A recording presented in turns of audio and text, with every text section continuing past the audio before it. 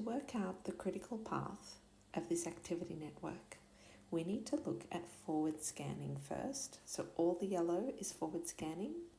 When we get to the end, we're then going to do backward scanning.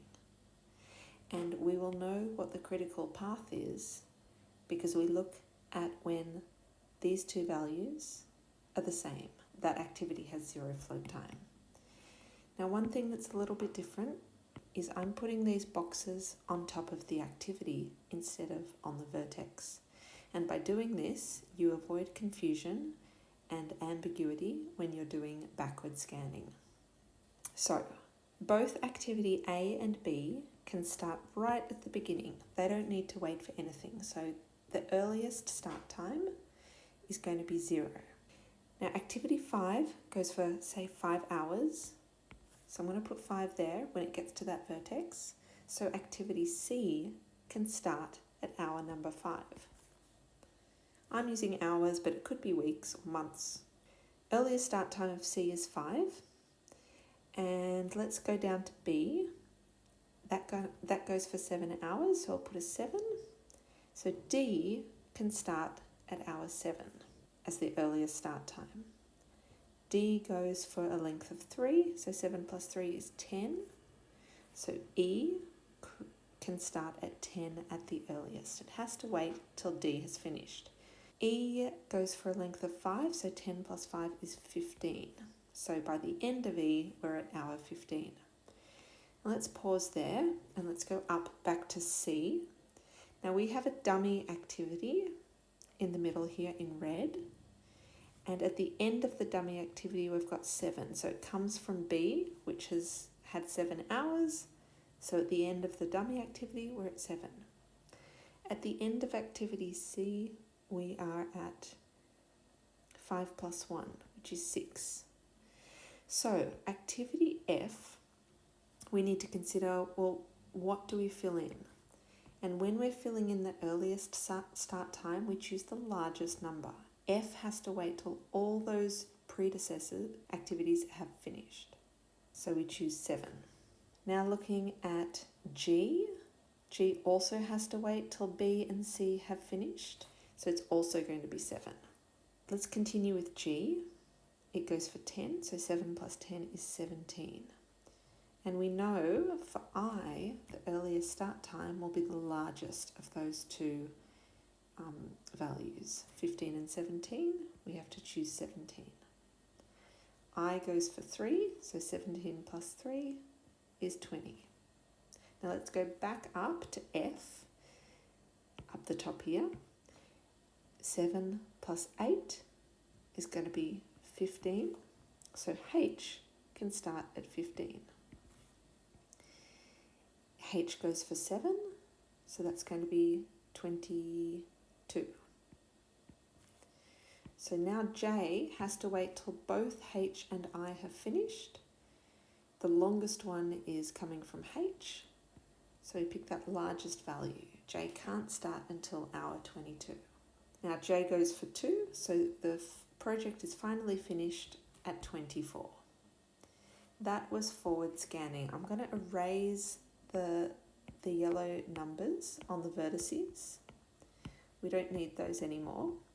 We're going to fill them in for backward scanning.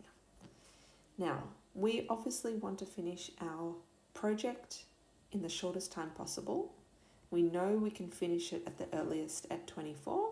So let's say I don't want to finish it any later. Now let's work backwards. J goes for 2.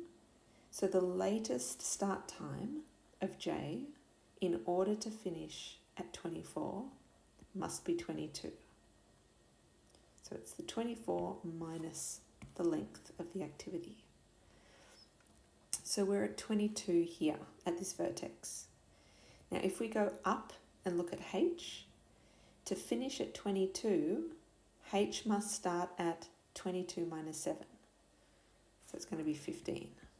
And I, to finish at 22, must start at 22 minus 3, which is 19. So I'll put a 19 there, and for H, I'll put a 15 here. So F must finish at 15, so 15 minus 8 is in fact 7. we'll put a 7 there. Let's go down to G. It must finish at 19 at the latest. So it can start at 19 minus 10, which is 9 at the latest. Now let's just check this 7. So G can start at 9 at the latest, F can start at 7 at the latest. So let's think about B and C. For the latest start time, we have to choose the smallest. So out of 7 and 9, we're going to choose 7. And 7 minus 1 is going to be 6 for C. So C can start at 6 at the latest in order to finish by 7.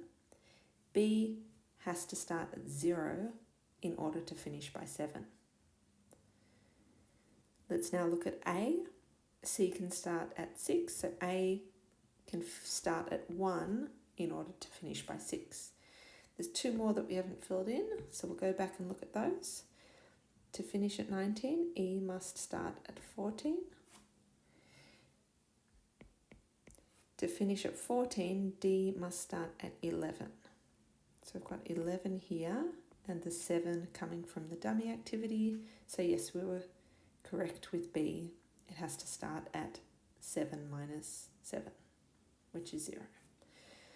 So now that we've filled in all the earliest start times and all the latest start times, we can now look at the critical path. I'm going to circle all the ones where there is 0 float time. That means the earliest start time and latest start time are the same. And once I've done that, I can then go and trace that path. I'm not going to trace the dummy, that's not a real activity, so I'll jump down to B. So the critical path is activity B, then F, then H, then J. And what this means is if I want my project to finish as early as possible, then I need to make sure these activities on the critical path are not delayed.